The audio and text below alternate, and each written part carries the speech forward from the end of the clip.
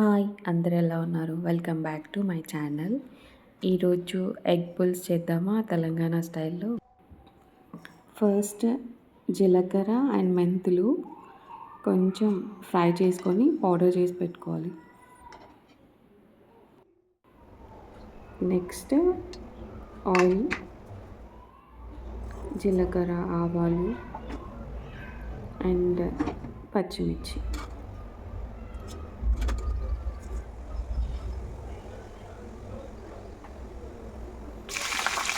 ఇది కొంచెం ఫ్రై అయ్యాక ఆనియన్స్ వేయాలి.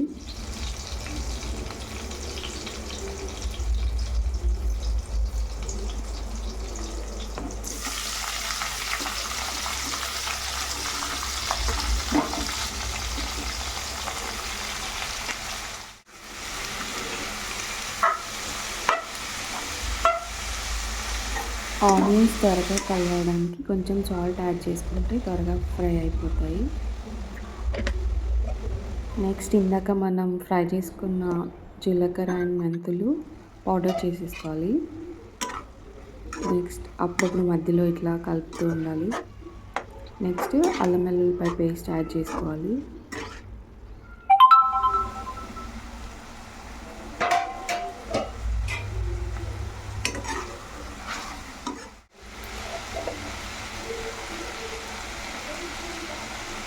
ఇది ఫ్రై అయ్యి పచ్చి వాసన మొత్తం పోయినాక నెక్స్ట్ పసుపు యాడ్ చేసుకోవాలి. ఉంటే కరివేపాకు కూడా ఇక్కడ యాడ్ చేసుకుంది. నా దగ్గర లేదు ఇప్పుడు ప్రజెంట్, సో నేను అందుకని యాడ్ చేయలేదు.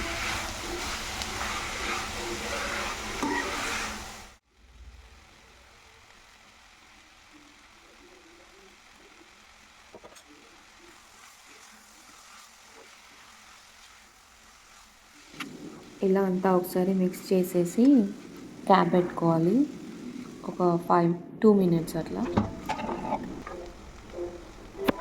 ఇప్పుడు కారం, మనం ఆల్రెడీ పౌడర్ చేసి పెట్టుకున్న పౌడర్, జీలకర్ర మెంతి పౌడర్ అండ్ ధనియా పౌడర్ కూడా యాడ్ చేసుకోవాలి.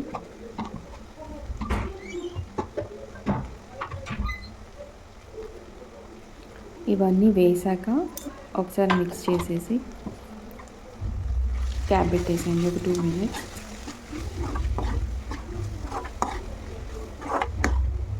నెక్స్ట్ ఇక్కడ మనం ఎగ్స్ యాడ్ చేసుకోవాలి. బట్ ఆ క్లిప్ మిస్ అయింది, మీరు యాడ్ చేయండి. ఎగ్స్, బాయిల్డ్ ఎగ్స్ ఇట్లా కొంచెం చిన్నగా కట్ చేసి వేయండి. వేసేసి ఒక 2-3 minutes అవి ఫ్రై అయితే బాగుంటుంది. నెక్స్ట్ చింతపండు రసం యాడ్ చేయండి. ఈ చింతపండు రసం ఎక్కువ పుల్లగా ఉంటుందని నేను ఇంకొన్ని వాటర్ కూడా యాడ్ చేసేసాను. మీ చింతపండుని బట్టి మీరు వాటర్ యాడ్ చేయండి. నెక్స్ట్ క్యాప్ పెట్టేసి ఉడికించుకోవాలి. ఒక 5 to 7 minutesలో ఉడికిపోయింది.